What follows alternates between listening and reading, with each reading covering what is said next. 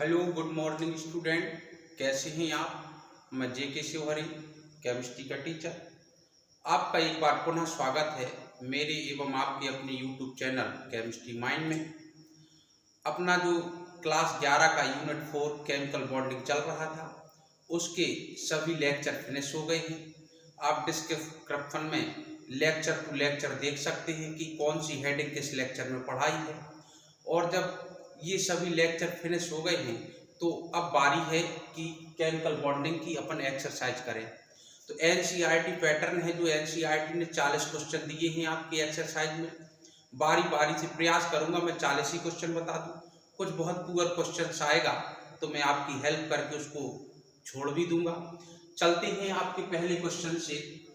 पहले क्वेश्चन में आपसे पूछा है what is chemical bonding, right the suitable explain, यानी कि रासायनिक आबंधन क्या है, इसकी एक व्यवस्थित व्याख्या कीजिए। What is chemical bonding, right the suitable explain. Chemical bonding क्या है, रासायनिक आबंधन क्या है, एक इसकी व्यवस्थित व्याख्या करें। तो आप लिखेंगे केमिकल बॉन्डिंग क्या है। हालांकि पहले लेक्चर में मैंने बताया था कि केमिकल बॉन्डिंग क्या है, ठीक है ना। किसी भी दो परमाणुओं के मध्य कार्य करने वाले अट्रैक्शन फोर्स को ही हम केमिकल बॉन्डिंग कहते हैं। किसी भी दो एटम के बिटवीन कार्य करने वाले अट्रैक्शन फोर्स को ही हम क्या कहते हैं, केमिकल बॉन्डिंग कहते हैं। केमिकल बॉन्डिंग क्यों बनता है, प्रत्येक एटम अपने आउटर मोस्ट शेल का ऑक्टेट कंप्लीट करना चाहता है। तो इस ऑक्टेट को कंप्लीट करने के लिए एटम अपने आउटर मोस्ट शेल का इलेक्ट्रॉन त्याग भी सकता है और ग्रहण भी कर सकता है, और इलेक्ट्रॉन्स की साझेदारी करता है। जब इलेक्ट्रॉन्स को त्यागता है और ग्रहण करता है तो बनने वाले बंध को हम कहते हैं आयनिक बॉन्ड। तो जैसे आयनिक बॉन्ड की थोड़ी सी एक्सप्लेन हम करते हैं। आयनिक बॉन्ड जैसे NaCl में कैसे बॉन्ड बना होगा, तो हम जानते हैं कि Na के बाह्यतम कोश में 2 8 1 इलेक्ट्रॉन्स है, प्लस Cl के बाह्यतम कोश में 2 8 7 इलेक्ट्रॉन्स है। तो इसने एक इलेक्ट्रॉन त्यागा होगा, इसने यह इलेक्ट्रॉन एक्सेप्ट ग्रहण कर लिया होगा, और कुछ ऐसी संरचनाएं की बन गई होगी 2 8 और इधर प्लस Cl माइनस 2 8 8, ठीक है। अब देखो इन दोनों के मध्य एक अट्रैक्शन फोर्स कार्य करने लगा होगा, तो ये क्या बन जाएंगे Na प्लस और Cl माइनस, इधर जो अट्रैक्शन फोर्स कार्य कर रहा है यही है आपका आयनिक बॉन्ड। तो ऐसे बॉन्ड का फॉर्मेशन होता है। तो आयनिक बॉन्ड का फॉर्मेशन ऐसे हो जाता है। अच्छा, कोवेलेंट बॉन्ड यानी कि कोवेलेंट सहसंयोजी बंध का फॉर्मेशन कैसे होता है, तो हम बताएंगे इसी में लिख करके कि जब दो परमाणु ऋण विद्युती होते हैं, अर्थात जिनमें इलेक्ट्रॉन त्यागने की क्षमता नहीं होती है, तो वह अपने बाह्यतम कोश में समान इलेक्ट्रॉन्स का साझेदारी करके अपने बाह्यतम कोश को कंप्लीट कर लेते हैं, जिससे उनकी एनर्जी घट जाती है, अर्थात उन्हें स्टेबिलिटी मिल जाती है और एक अट्रैक्शन फोर्स कार्य करने लगता है, जिसे हम कोवेलेंट बॉन्ड कहते हैं। जैसे तुम्हारा H2 में है, ठीक है, तो ये H है, इसके बाह्यतम कोश में कितना इलेक्ट्रॉन है, 1 इलेक्ट्रॉन है, यानी बाह्यतम कोश कंप्लीट नहीं है, तो ये अस्थायी है। प्लस दूसरा H है, इसके बाह्यतम कोश में 1 इलेक्ट्रॉन है, इसका भी कंप्लीट नहीं है, तो ये भी अस्थायी है। तो स्थायी होने के लिए ये शेयरिंग करेंगे, क्या करेंगे, शेयरिंग करेंगे और इस टाइप से बॉन्ड बना लेंगे। ऐसे ये H है, ये H है और ये इनकी शेयरिंग हो गई, ये बना तुम्हारा कोवेलेंट बॉन्ड, कोवेलेंट बॉन्ड, ठीक है, ये कोवेलेंट बॉन्ड बन गया। तो हमने बताया केमिकल बॉन्डिंग क्या है, दो परमाणु के बीच एक कार्य करने वाला अट्रैक्शन फोर्स है, और यह आयनिक बॉन्ड और कोवेलेंट बॉन्ड इस प्रकार से बनते हैं। कोऑर्डिनेट बॉन्ड की अभी कोई व्याख्या नहीं करेंगे हम, ठीक है ना। तो ये आपका जो क्वेश्चन था उसकी सुटेबल एक्सप्लेन हो गई।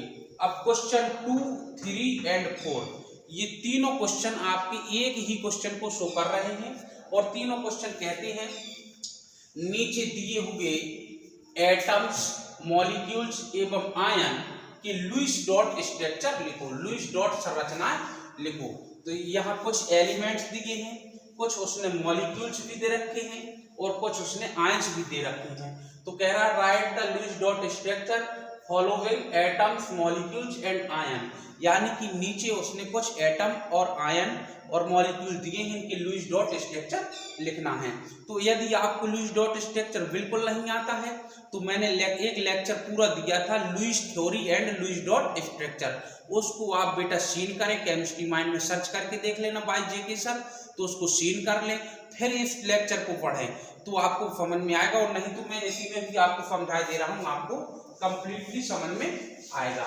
ठीक है ना, देखिएगा बेटा, ये मैंने क्वेश्चन नंबर 2, 3, 4 तीनों की मिलाकर के मैं इसकी आंसर दे रहा हूँ। ये Mg है आपका, तो Mg के बाह्यतम कोश में कितने इलेक्ट्रॉन होते हैं? देखो Mg का इलेक्ट्रॉनिक कॉन्फ़िगरेशन ये है। तो लुईस डॉट स्ट्रक्चर में जो भी सब बताया जाता है वह केवल बाह्यतम कोश के इलेक्ट्रॉन शो किए जाते हैं।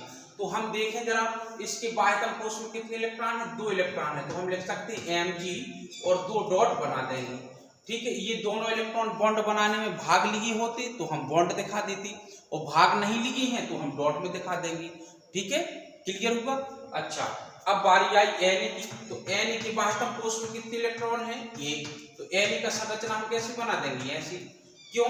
क्योंकि बाह्यतम कोश में जो इलेक्ट्रॉन यदि बॉन्ड बनाने में भाग ले लिया तो वो बॉन्ड में जाएगा, और अगर बच गया तो अनाबंधी इलेक्ट्रॉन्स यानी नॉन बॉन्डिंग इलेक्ट्रॉन्स को हम डॉट के रूप में दिखाते हैं। यही लुईस का कॉन्सेप्ट था।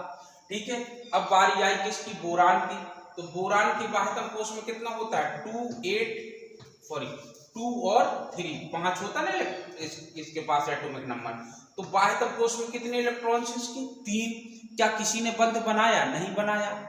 तो तीनों इलेक्ट्रॉन्स अनाबंधी इलेक्ट्रॉन्स के रूप में है, नॉन बॉन्डिंग के रूप में। यस, तो तीनों को हम डॉट करके दिखा देंगे। ये डॉट तुम इकट्ठे भी दिखा सकते हो, अलग अलग भी दिखा सकते हो, वैसे जोड़े की जोड़े हम दिखाते हैं तो लोन पेयर के रूप में वो शो होने लगती है। ये सही हो गया है आपका। अब इसके बाद क्या है? देखो मैं मिटा करके जगह बनाता जाता हूँ, आप नोट करते जाइए। इस बोरान के बाद है आपका क्या? ऑक्सीजन। तो ऑक्सीजन के बाह्यतम कोश में कितने होंगे? देखो 2 और 6 8 होता ना, तो इसके बाह्यतम कोश में 6 इलेक्ट्रॉन है। तो वो देखो कोई ने बॉन्ड नहीं बनाया तो 6 इलेक्ट्रॉन है, इसके 6 के 6 दिखाएंगे, 2 3 4 5 6। तो इसका लुईस डॉट स्ट्रक्चर ये हो गया। अब आई बात नाइट्रोजन की। तो नाइट्रोजन का परमाणु क्रमांक कितना होता है? 7, और इसका इलेक्ट्रॉनिक विन्यास क्या होगा? 2 5 7 है ना। तो बाह्यतम कोश में कितने इलेक्ट्रॉन है? 5। किसी ने बंध बनाने में भाग लिया? क्या नहीं लिया। लुईस डॉट स्ट्रक्चर में केवल और केवल हम आउटर मोस्ट फेल अर्थात बाह्यतम कोश के इलेक्ट्रॉन दर्शाते हैं। यदि उसने बंध बनाने में भाग ले लिया तो हमें कोई बात नहीं, जो अनाबंधी इलेक्ट्रॉन बचता है उसको डॉट के रूप में हम दिखा देते हैं। तो देखें 5 इलेक्ट्रॉन से 5 के 5 बचे, तो 1 2 3 4 ये 5। ठीक है, तो ये इसकी स्ट्रक्चर होगी। अब ब्रोमीन का इलेक्ट्रॉनिक विन्यास का, यानी कि बाह्यतम कोश में कितने इलेक्ट्रॉन? अब हम केवल बाह्यतम कोश पे जाएं। 7वें समूह का है ब्रोमीन। यस, 7वें समूह का, तो इसके बाह्यतम कोश में कितने इलेक्ट्रॉन होंगे? 7। किसी ने बंध बनाया? क्या नहीं बनाया। तो हमारे 7वें इलेक्ट्रॉन हमें दर्शाना पड़ेंगे 1 2 3 4 5 6 और ये 7। ये ब्रोमीन का लुईस डॉट स्ट्रक्चर हो गया। सल्फर किस समूह का है? 6वें का। तो इसके बाह्यतम कोश में कितने इलेक्ट्रॉन है? 6। किसी ने बंध बनाने में भाग लिया? क्या नहीं। तो 6 इलेक्ट्रॉन्स क्या है? नॉन बॉन्डिंग के रूप में है। तो ये बनेंगे 1 2 3 4 5 6। ये सल्फर का हो गया। ठीक है, अब इनको मैं मिटा करके और बताता हूं, इतना जो है मिटा देता हूं।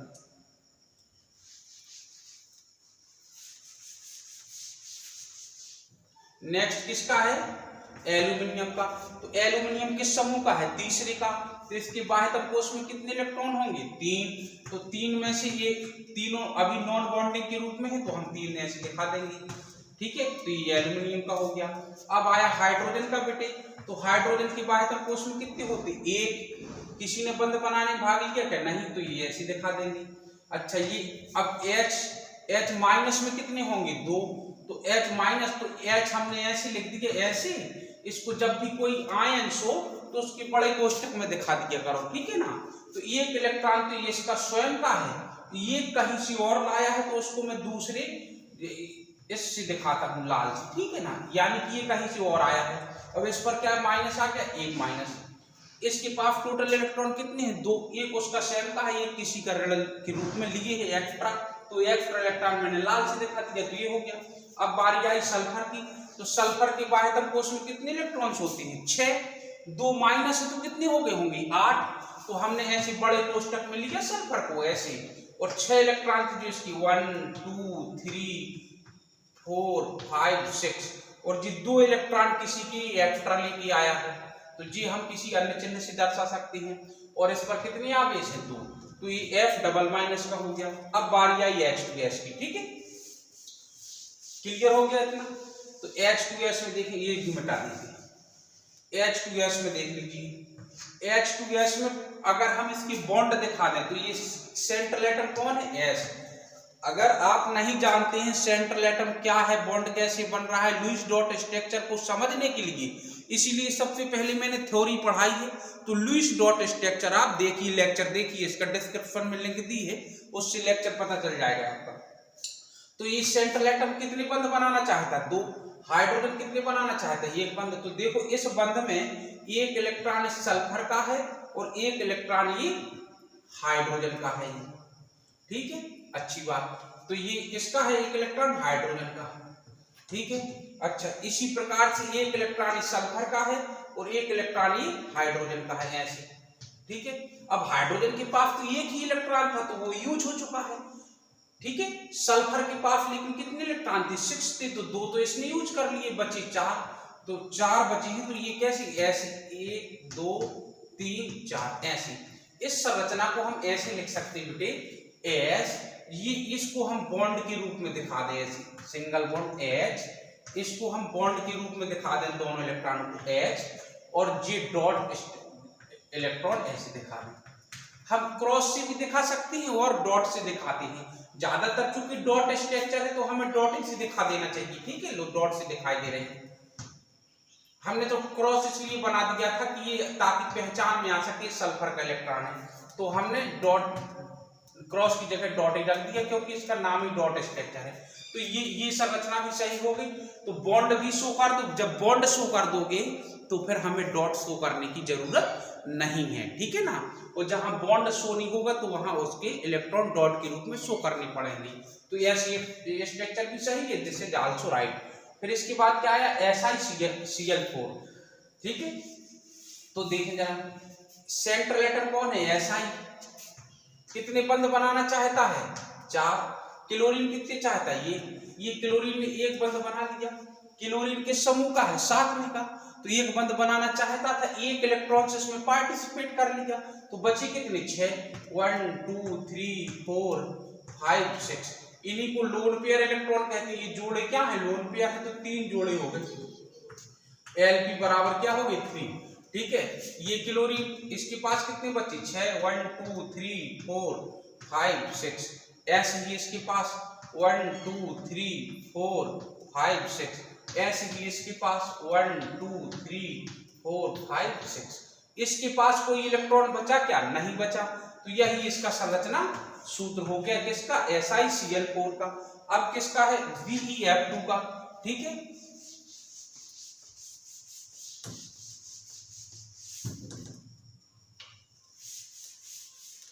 देखिए BeF2 में ये Be है, एक इलेक्ट्रॉन साझेदारी गई है, फ्लोरीन के साथ साझेदारी हुई 1 2 3 4 5 6। इधर फ्लोरीन के साथ साझेदारी हुई, अर्थात ये जो है तुम्हारा कोवेलेंट बॉन्ड है, नॉट आयनिक बॉन्ड। अगर आयनिक बॉन्ड ये होता तो इसने इलेक्ट्रॉन त्यागा होता, इसने ग्रहण किया होता। लेकिन इधर जो BeF2 के साथ जो बॉन्ड बन रहा है, BeF2 के साथ जो बॉन्ड बन रहा है वो कोवेलेंट बॉन्ड है। तो इसमें एक इसका इलेक्ट्रॉन है और एक इलेक्ट्रॉन इसका है, एक इसका है एक इसका है। तो इसकी तो दोनों इलेक्ट्रॉन खर्च हो गए। इसके पास 6 बची, 2 3 4 5 6। तो ये संरचना बेटे BeF2 की हो गई, ठीक है ना। अब बात आई किसकी? CO3 माइनस की। तो CO3 माइनस की संरचना दिखाते हैं। मैंने आपकी question number 2, question number 3, question number 4 तीनों के क्वेश्चन इकट्ठे कर दिए हैं, ठीक है। आप किताब देखेंगे तो तीनों के क्वेश्चन मिलेंगे। तो CO3 में देखें सेंट्रल एटम कौन है? C। कितने बंध बनाना चाहता है? बनाना तो चाहता 4, लेकिन जितने ऋण आयन हो तो उतने हम ऑक्सीजन पहले सिंगल बॉन्ड से जोड़ते हैं।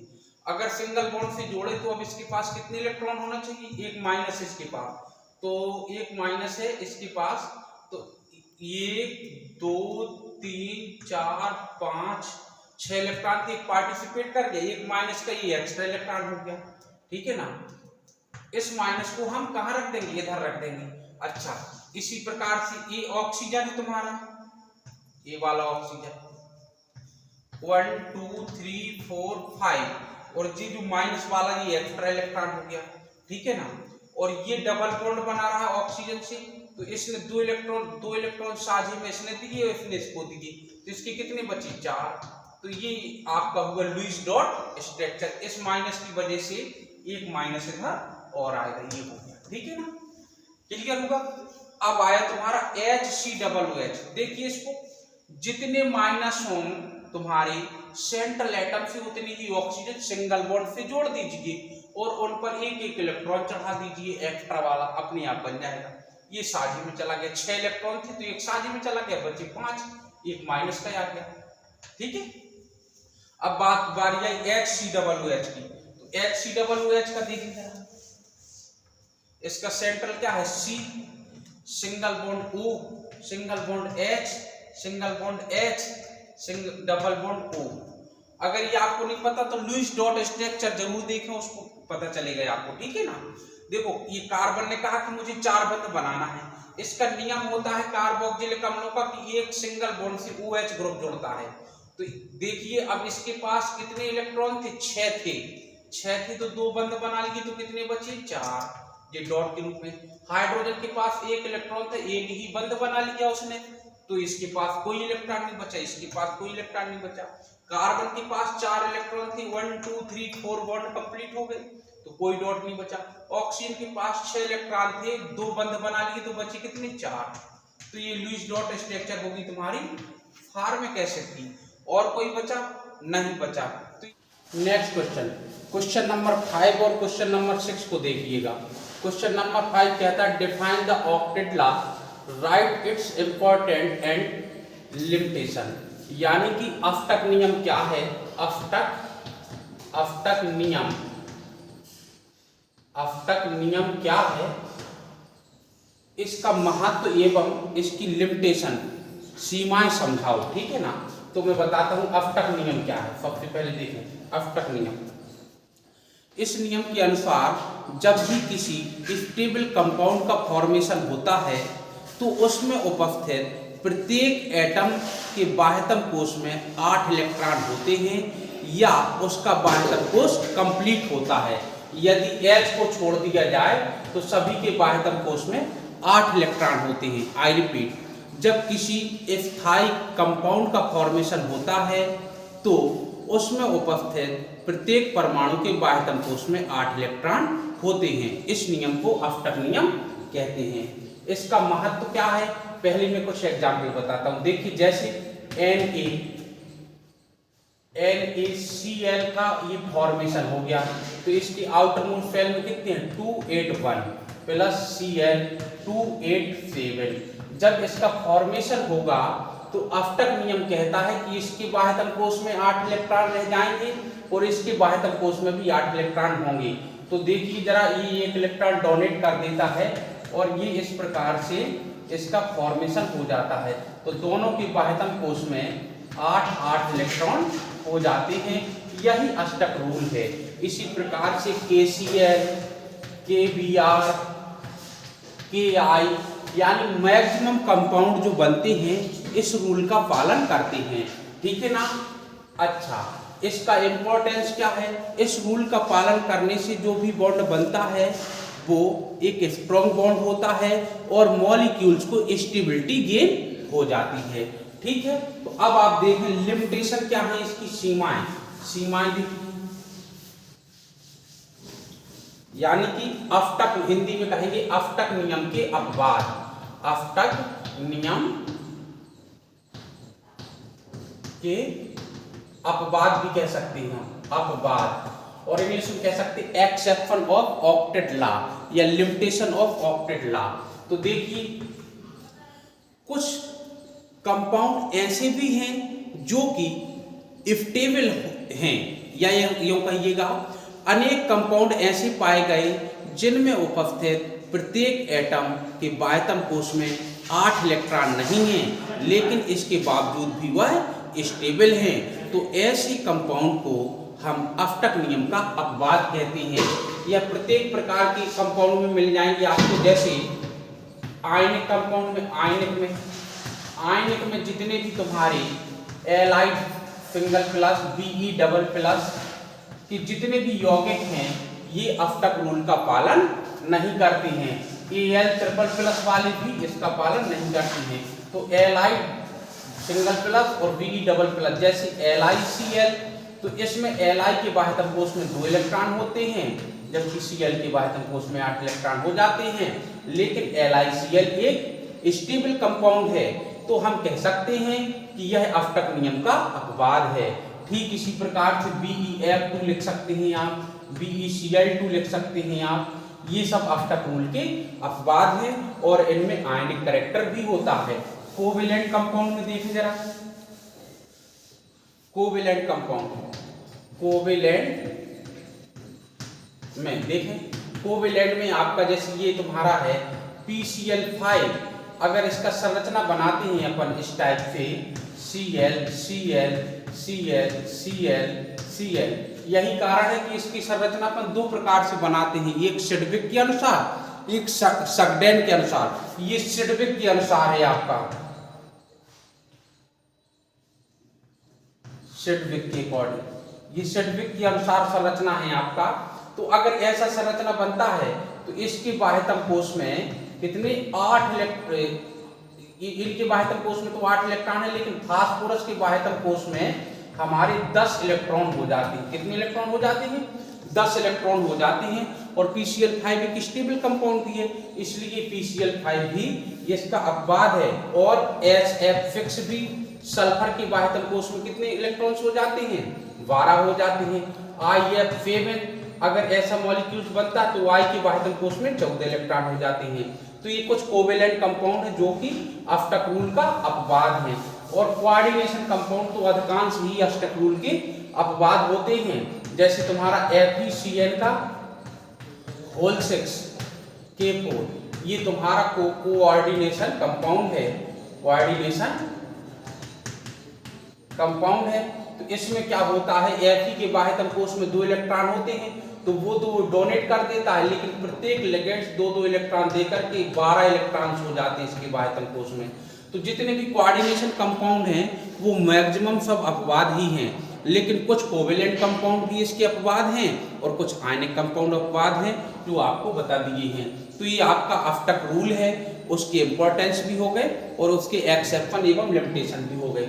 छठवां क्वेश्चन देखें आप, पूरे क्वेश्चन आपके NCERT पैटर्न के हैं, इसमें कुल 40 क्वेश्चन दिए हैं। प्रयास करूंगा 40 क्वेश्चन ही बताऊंगा, जिसमें से जो ऐसे क्वेश्चन होंगे कि फेस टू फेस वो कोई थ्योरी में अगर सॉल्व हो रहे हैं उसको छोड़ देंगे, ठीक है।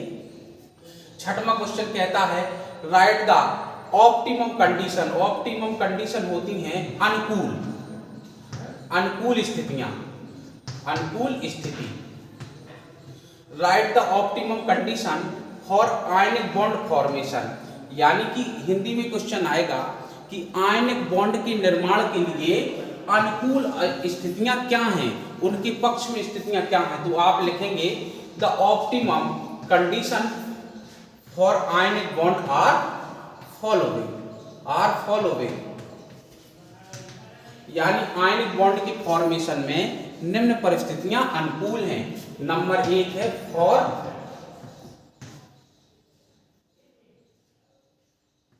कैटायन, फॉर कैटायन, कैटायन और लेस इलेक्ट्रो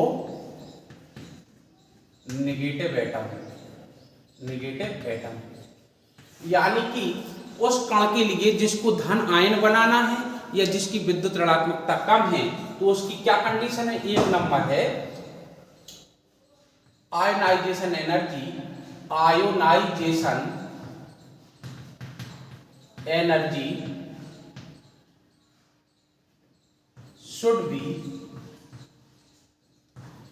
be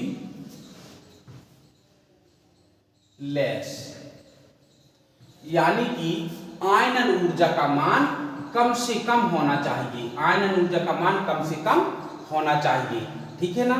और दूसरा पॉइंट क्या है, बी पॉइंट क्या है, इलेक्ट्रॉन कैसे लिख सकते हैं बी में, negative value of electron affinity, electron बंधुता, negative value of affinity should B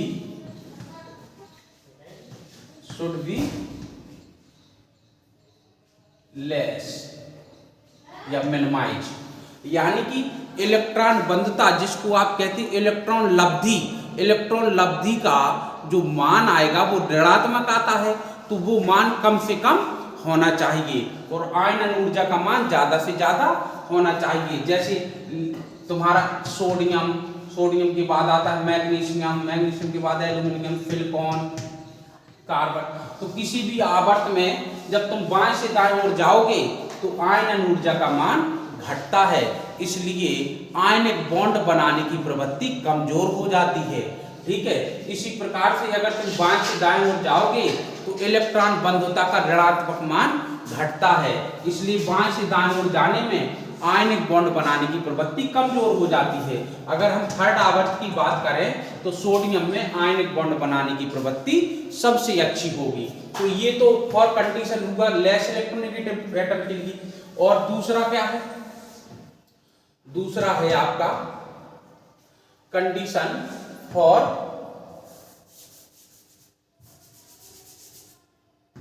लिख सकते हैं हम एनायन, यानी ऋणायन बनाने वाले के लिए, या मोर इलेक्ट्रोनेगेटिव एटम, यानी कि आयनिक बॉन्ड तभी बनेगा जब एक आपका एलिमेंट्स, एक एटम्स धनायन बनाएगा और एक ऋणायन बनाएगा। तो धन आयन बनाने वाले की कंडीशन हमने बता दी थी, ऋणायन बनाने वाले की जस्ट उल्टी कंडीशन होती है। तो क्या कंडीशन होगी उसमें ऋणायन बनाने वाले की, आयनन ऊर्जा I E कैसा होना चाहिए, शुड बी हाई, उच्च होना चाहिए। आयनन ऊर्जा तुम्हारी क्या होना चाहिए, उच्च होना चाहिए। और इलेक्ट्रॉन एफिनिटी कैसी होना चाहिए, इलेक्ट्रॉन एफिनिटी का निगेटिव मान अधिक से अधिक होना चाहिए। कैसा होना चाहिए, अधिक से अधिक होना चाहिए। तो ये कंडीशन है हमारी। जैसे मैं ऐसे कहूं, ये Na और Mg दोनों में आयनिक बॉन्ड बनाने की ज्यादा प्रवृत्ति कौन रखता है, ये, ठीक है ना। अब मैं इधर इसमें रखें Cl तथा Br में रख दें, तो हमारा जो है Cl आयनिक बॉन्ड बनाने की प्रवृत्ति ज्यादा रखेगा। तो ये आपकी कंडीशन हो गई है। अब अपन चलते हैं क्वेश्चन नंबर। तो क्वेश्चन नंबर 7 कहता है आपका, explain the geometry and shape according to VSEPR theory given following molecules. कहता है कि कुछ मॉलिक्यूल्स, कुछ अणु मैंने दिए हैं, इसकी ज्योमेट्री तथा शेप की व्याख्या करो वेस्पर थ्योरी के अनुसार। BeCl2 कैसी ज्योमेट्री रखेगा, क्या शेप होगा इसकी, BCl3, SiCl4, इन सब की हमें ज्योमेट्री की एक्सप्लेन करना है, किसकी अनुसार, वेस्पर थ्योरी के अनुसार, ठीक है ना। ठीक इसी प्रकार से क्वेश्चन 8, 9, 10 अपन इस वीडियो में केवल 10 क्वेश्चन को सॉल्व करेंगे। इसके बाद आप कमेंट्स करके बताना वीडियो में, फिर अदर क्वेश्चन जो बन जाएंगे आप उनको छोड़ेंगे और आगे की क्वेश्चन सॉल्व करेंगे। तो चलते हैं 7 क्वेश्चन में। तो explain the geometry and shape according to VSEPR theory. तो इसके लिए हमें वेस्पर थ्योरी का आना अनिवार्य है। और वेस्पर थ्योरी की ये बिल्कुल पर्सनल वीडियो अपन ने बना के छोड़ रखी है, केमिस्ट्री माइंड से सर्च कीजिएगा YJK सर, तो जो है आपको वेस्पर थ्योरी मिल जाएगी। इधर मुझे बताना ही पड़ेगा थोड़ा सा वेस्पर थ्योरी क्या है, ठीक है ना। वेस्पर थ्योरी के अनुसार किसी भी मॉलिक्यूल्स की ज्योमेट्री एंड शेप उसमें उपस्थित lone pair and bond pair electrons की संख्या पर डिपेंड करती है, क्योंकि यह lone pair and bond pair इस प्रकार से अरेंज होना चाहते हैं जिससे कि इनके बीच की दूरी मैक्सिमम तथा रिपल्सन मींस प्रतिकर्षण कम से कम रहे। अच्छा, तो अब हम एक्सप्लेन करते हैं BeCl2 की। तो इधर हम लिखेंगे देखो मैं बोलता हूं, आपको लिखते जाना। BeCl2 की एक्सप्लेन, BeCl2 की एक्सप्लेन,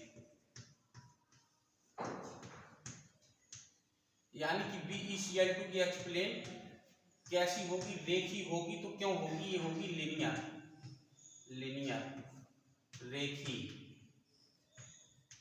180 अंश। तो आप लिखें, मैं बोलता हूं।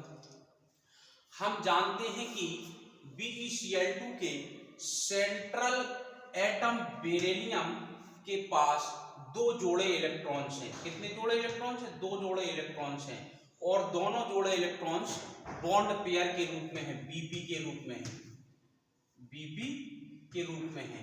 अतः वेस्पर थ्योरी के अनुसार यह दोनों इलेक्ट्रॉन्स पेयर इस प्रकार से व्यवस्थित होना चाहेंगे जिससे इनकी बीच की दूरी ज्यादा से ज्यादा और रिपल्सन कम से कम हो, प्रतिकर्षण कम से कम हो। और इस व्यवस्था को धारण करने के लिए यह एक दूसरे से 180 अंश पर अरेंज हो जाते हैं। इसलिए इसकी ज्यामिति एवं फेर दोनों ही रेखी होती हैं। ज्योमेट्री एंड फेर बोथ आर रेखी। ठीक है ना, ये एक्सप्लेन हो गई। ठीक, इसके बाद आई BeCl3 की एक्सप्लेन। BeCl3 की क्या होगी? देखिए, BeCl3 है, सॉरी, BeCl3 की एक्सप्लेन है। इसके बाद हम करेंगे BeCl3 की एक्सप्लेन। तो BeCl3 आप देखिए, इस देखिए अब करेंगे हम BeCl3 की एक्सप्लेन। तो BeCl3 ये हो गया BeCl3, ठीक है ना। तो BeCl3 की जो ज्योमेट्री है और शेप है आपकी, वो होगी ट्राइगोनल, ट्राइगोनल। तो ये क्या है? ज्योमेट्री भी ट्राइगोनल होगी और शेप भी ट्राइगोनल होगी। तो हम एक्सप्लेन कैसे करेंगे? हम जानते हैं कि BeCl3 के सेंट्रल एटम बोरान पर 3 जोड़े इलेक्ट्रॉन्स हैं। कितने जोड़े इलेक्ट्रॉन्स हैं? 3 जोड़े इलेक्ट्रॉन्स हैं, और तीनों जोड़े इलेक्ट्रॉन्स Bp के रूप में हैं। अतः वेस्पर थ्योरी के अकॉर्डिंग यह तीनों जोड़े इलेक्ट्रॉन्स इस प्रकार से व्यवस्थित होना चाहेंगे जिससे कि इनके बीच की दूरी अधिक से अधिक और प्रतिकर्षण रिपल्सन कम से कम हो। ऐसा करने पर यह इस व्यवस्था को धारण करने के लिए यह त्रिकोणीय त्रिकोणीय व्यवस्थित हो जाते हैं। इसलिए इसकी ज्योमेट्री एवं शेप दोनों ही ट्राइगोनल अर्थात त्रिकोणीय होंगी। ये एक्सप्लेन हो गई। अब बारी आई आपकी SiCl4 की। तो SiCl4 को देखें जरा। अच्छा, अगर क्वेश्चन बने कि ऐसा क्यों, तो आप जानते हो कि 3 अगर भुजाओं को हमें ज्यादा से ज्यादा दूरी पर रखना है यदि, तो हमें क्या 120 अंश के पर तो ही रखना पड़ेगा, क्योंकि तीनों का कोण टोटल योग 360 होगा। तो इसीलिए यह त्रिकोणीय हो जाता है। ठीक है, अब आया SiCl4, ठीक है ना। तो SiCl4 की ज्योमेट्री कैसी होती है? चतुष्फल की होती है। क्यों होती है इसकी ज्योमेट्री चतुष्फल की? क्यों होती है इसकी वेस्पर थ्योरी एक्सप्लेन करेगा। कैसे करेगा देखो, अभी बताता हूं।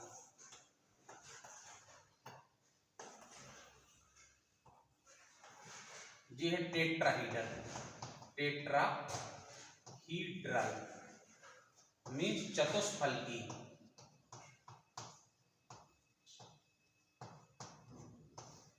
फलकी का मतलब होता है जिसकी 4 फलक हो। देखो, 1 ये एक फलक है, ये दूसरा फलक है, ये आपका तीसरा फलक है, और ये एक चौथा फलक है। आपकी जितने फलक हैं उतनी फलकी कहलाने लगता है। ठीक है ना।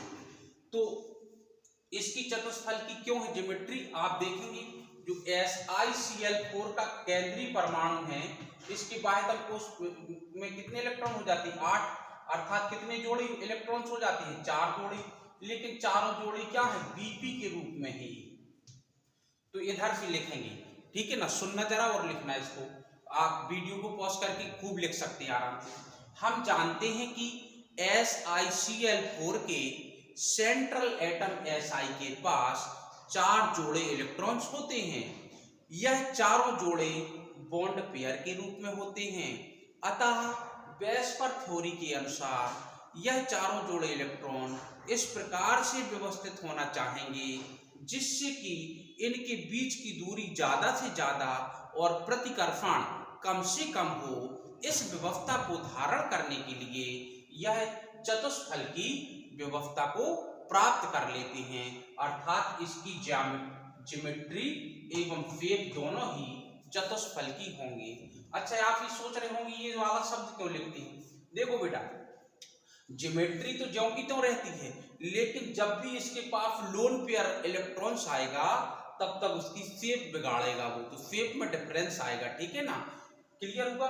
ठीक, इसलिए ज्योमेट्री और शेप वहां दोनों एक सी मिलेंगी जहां पर आपका कोई भी लोन पेयर इलेक्ट्रॉन्स नहीं है। अगर एक भी लोन पेयर इलेक्ट्रॉन्स आ जाएगा तो उसकी शेप में गड़बड़ी आ जाएगी और ज्योमेट्री में भी थोड़ा बहुत डिस्टर्ब होगी, लेकिन ज्योमेट्री का नाम वही पड़ेगा। जैसे क्या है, चतुष्फलकी है तो चतुष्फलकी ही होगी, डिस्टॉर्टेड चतुष्फलकी हम कह सकते हैं।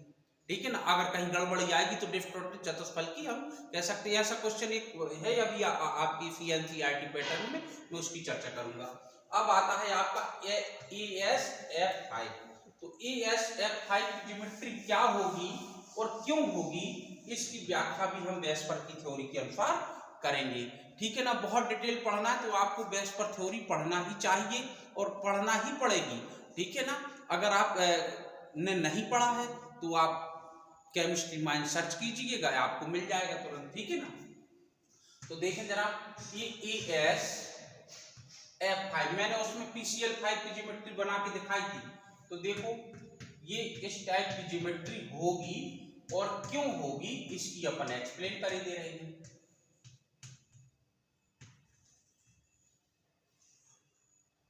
ये कहलाती है बेटा ट्राइगोनल बाई पिरामिडल, ये ज्योमेट्री कहलाती है ट्राइगोनल बाई पिरामिडल। हिंदी में कहते हैं त्रिकोणीय द्विपिरामिडीय, ये हिंदी है। तो इसकी जो ज्योमेट्री एंड शेप होती है ऐसी होती है, ट्राइगोनल बाई पिरामिडल होती है। क्यों होती है ये वेस्पर थ्योरी ने एक्सप्लेन किया। तो देखो जरा, एक BPA है, एक BPA है, एक BPA है और एक BPA है, एक BPA है। अच्छा तुम बताओ, क्या आर्सेनिक के बाह्यतम कोश में 5 इलेक्ट्रॉन्स होते हैं ना? पांचों ने बंध बना लिए तो सभी इलेक्ट्रॉन्स उसके BP में बदल गए कि नहीं बदल गए? तो कितने जोड़े इलेक्ट्रॉन्स हो गए? 5 जोड़े। तो BP बराबर कितने आ गए? 5। कितने आ गए? 5। ठीक है, तो यही से स्टार्ट होती है। अब ये स्टार्ट करते हैं हम। ठीक, हम जानते हैं कि ASF5 मॉलिक्यूल्स के सेंट्रल एटम आर्सेनिक के पास 5 जोड़े इलेक्ट्रॉन्स होते हैं और यह सभी जोड़े BP के रूप में होते हैं। अतः वेस्पर थ्योरी के अनुसार यह एक दूसरे से अधिकतम दूर रहना चाहते हैं और इनमें प्रतिकर्षण कम से कम लगना चाहता है। इसलिए इस व्यवस्था को धारण करने के लिए यह ट्राइगोनल बाइपिरामिडल हो जाते हैं। ठीक है ना, अगर ऐसा नहीं होंगे तो वो कंडीशन हो ही नहीं सकती है, फिर प्रतिकर्षण कहीं ज्यादा लगने लगेगा कहीं कम लगने लगेगा। इसलिए यह इस व्यवस्था को धारण कर लेते हैं।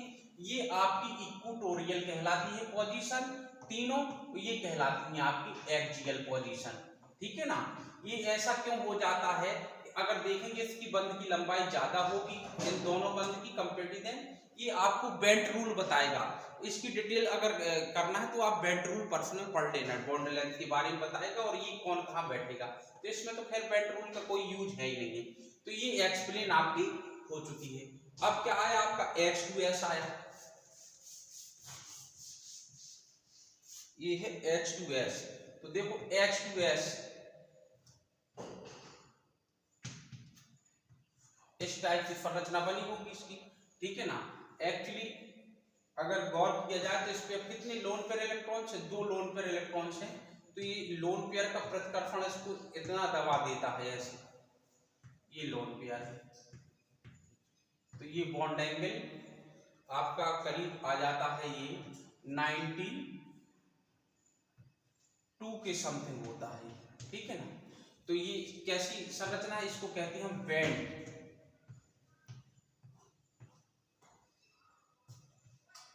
या मुड़ी आकृति, हिंदी में कहते हैं मुड़ी आकृति, बेंड शेप कह सकते हैं या मुड़ी आकृति, ठीक है ना।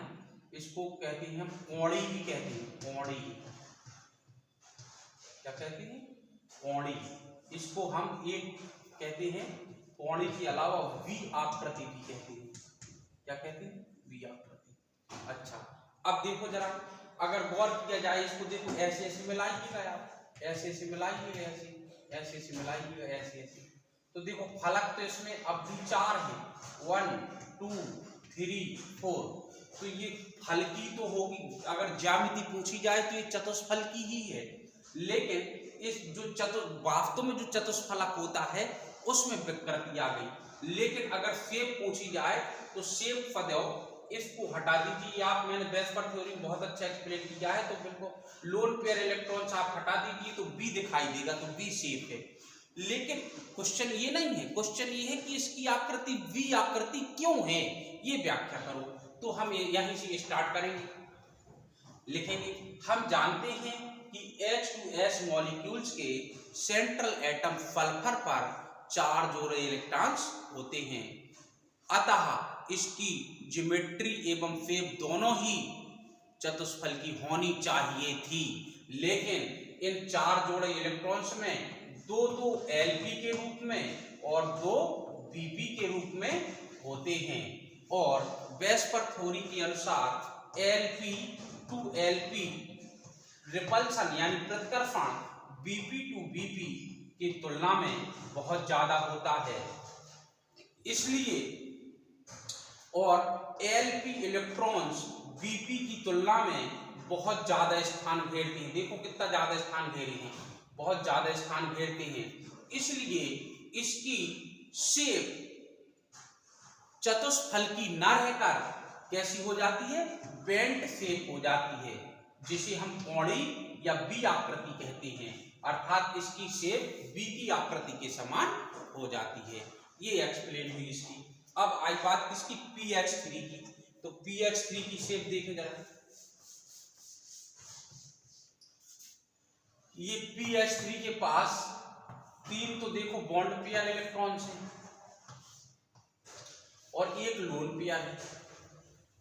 अगर ये इतना बड़ा आकार ना घेरे होता, प्रतिकर्षण ज्यादा ना डाले होता, तो इसकी एक्चुअली बिल्कुल संरचना कैसी होनी चाहिए थी, चतुष्फलकी होनी चाहिए थी। लेकिन चतुष्फलकी तो है, अभी शेप गड़बड़ हो जाती है। देखिए चतुष्फलकी क्यों है, क्योंकि फलक का मतलब होता है जितने फलक होंगे उसमें वही काउंटिंग होती है। तो 1 2 3 4 तो चतुष्फलकी तो यह भी है, लेकिन इसकी जो शेप है वो चतुष्फलकी नहीं है, वो शेप है आपकी पिरामिडल, ठीक है ना।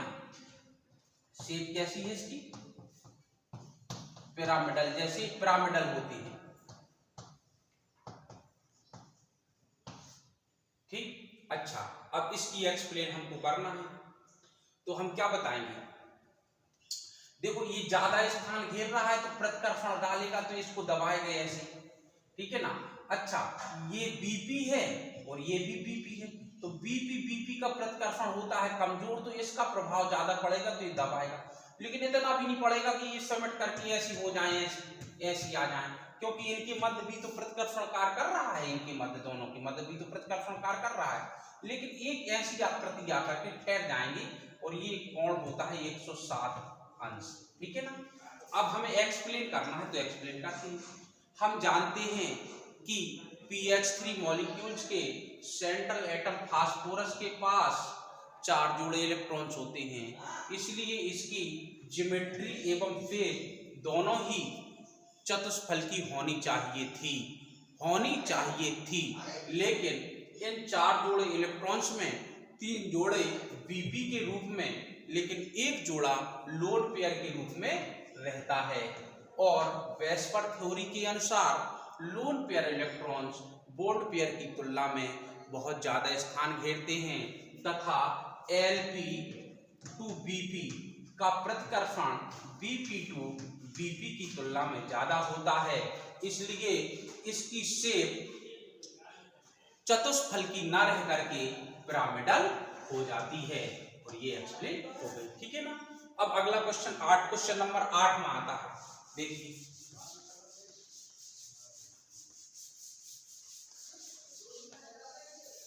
क्वेश्चन नंबर 8 कहता है what is reason bond angle of NH3 is greater than bond angle of H2O।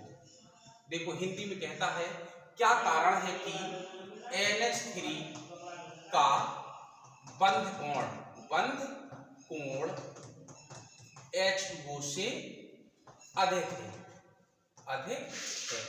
देखो कभी भी बंध कोण की एक्यूरेट वैल्यू नहीं पूछता है, कंपेयर करवाता है तो उसका कारण भी पूछता है।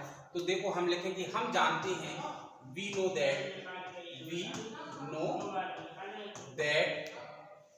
that हम जानते हैं कि bond angle is directly proportional to the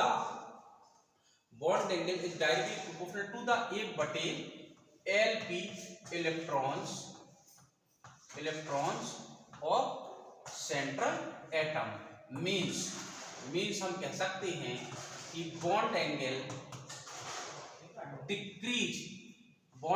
decrease with increase Lp and देखिए जरा NH3 के सेंट्रल एटम N पर Lp बराबर 1, जबकि H2O के सेंट्रल एटम O पर Lp बराबर 2 हैं। अतः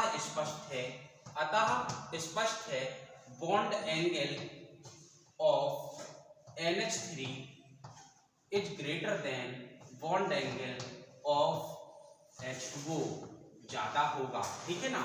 हम जानते हैं कि बॉन्ड एंगल यानी बंध कोण सेंट्रल एटम में उपस्थित लोन पेयर इलेक्ट्रॉन्स के व्युत्क्रमानुपाती होता है, अर्थात जिसके सेंट्रल एटम में लोन पेयर इलेक्ट्रॉन्स ज्यादा होंगे उसका बॉन्ड एंगल कम होता है। और हम देखते हैं कि NH3 के सेंट्रल एटम नाइट्रोजन पर 1 लोन पेयर इलेक्ट्रॉन है, जबकि H2O के ऑक्सीजन एटम पर 2 लोन पेयर इलेक्ट्रॉन्स होते हैं, इसलिए इसका बॉन्ड एंगल क्या बहुत प्रतिकर्षण लगेगा, इसलिए थोड़ा सा कम हो जाएगा। और इसका बॉन्ड एंगल होता है 104.5 और इसका बॉन्ड एंगल होता है 107। तो देखो कम हो गया कि नहीं हो गया, तो NH3 का बॉन्ड एंगल ज्यादा हो जाता है, ठीक है। तो क्वेश्चन नंबर 9 कहता है बंध प्रबलता बंध क्रम पर किस प्रकार निर्भर करती है, अर्थात बंध प्रबलता को कहते हैं हम bond strength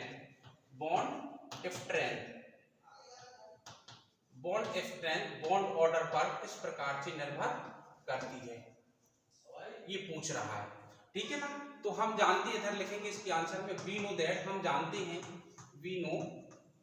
that bond strength is directly proportional to the bond order। means हम कह सकते हैं bond strength increase with increase bond order, अर्थात bond order बढ़ेगा तो बंध सामर्थ्य बंध प्रबलता बढ़ेगी। जैसे F2 या F single bond F, O double bond O, N triple bond N, तो इसमें बॉन्ड ऑर्डर का क्रम क्या है तुम्हारा, 1 है, ये 2 है, ये 3 है। बॉन्ड ऑर्डर कैसे निकलता है, तो बॉन्ड ऑर्डर की एक पर्सनल वीडियो बनाकर हमने डाल रखी है, उसमें आप देख सकते हैं chemistry mind by JK sir bond order, ठीक है ना, पार्ट 12 है उसका। तो बॉन्ड ऑर्डर का बढ़ता क्रम ये है, तो हम इधर लिख सकते हैं बॉन्ड स्ट्रेंथ को हम कहते हैं बंध प्रबलता। तो बंध प्रबलता का ये क्या होगा बेटा, बढ़ता क्रम होगा। क्वेश्चन नंबर आपका 10 कहता है बंध लंबाई क्या है, बंध लंबाई यानी कि बॉन्ड लेंथ। तो बॉन्ड लेंथ क्या है, बॉन्ड लेंथ क्या है, तो बॉन्ड लेंथ को हम डिफाइन करते हैं। वैसे बॉन्ड लेंथ एक अच्छा टॉपिक है, पूरा इसका वीडियो है। तो बॉन्ड लेंथ क्या है, देखिए अगर जी Cl सिंगल बॉन्ड Cl यानी Cl2 मॉलिक्यूल्स आप देखें तो 2 Cl मॉलिक्यूल देखें, एक ये है Cl, एक ये है। अगर 2 Cl मॉलिक्यूल देखें तो ये इसका न्यूक्लियस है, ये इसका न्यूक्लियस है। तो दोनों न्यूक्लियस की जो बीच की दूरी है यही है तुम्हारी बॉन्ड लेंथ, यही बॉन्ड लेंथ है। तो परिभाषा आप लिखेंगे किसी भी बॉन्ड से बॉन्डेड टू एटम के न्यूक्लियस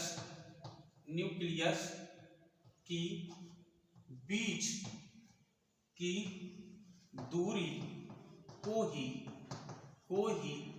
बॉन्ड लेंथ कहते हैं। ठीक है ना, को ही बॉन्ड लेंथ कहते हैं। या किन किन कारकों पर निर्भर करती है, ये सब बातें इस क्वेश्चन ने नहीं पूछी हैं। चूंकि बॉन्ड लेंथ की एक पर्सनल वीडियो है तो उसमें ये सब कारक बताए जाएंगे। तो ये आपकी एनसीईआरटी पैटर्न के 10th क्वेश्चंस हो गए हैं। वैसे कुछ क्वेश्चंस इसमें और हैं, जैसे 40वां क्वेश्चन है, बीच के कुछ क्वेश्चन बहुत अच्छे क्वेश्चंस हैं। अब मैं 11 से लेकर के 20 तक और 20 से लेकर के 30 तक और 30 से लेकर के 40 तक कि कौन से क्वेश्चन बताऊंगा, ये आपको कमेंट्स करके पूछना है। मैं आपके वह क्वेश्चन जरूर बताऊंगा, बाकी जो क्वेश्चन उचित समझूंगा वे भी बताऊंगा। प्रयास करूंगा पूरी एक्सरसाइज का अच्छा कंटेंट देने का। तब तक के लिए जय हिंद, जय भारत।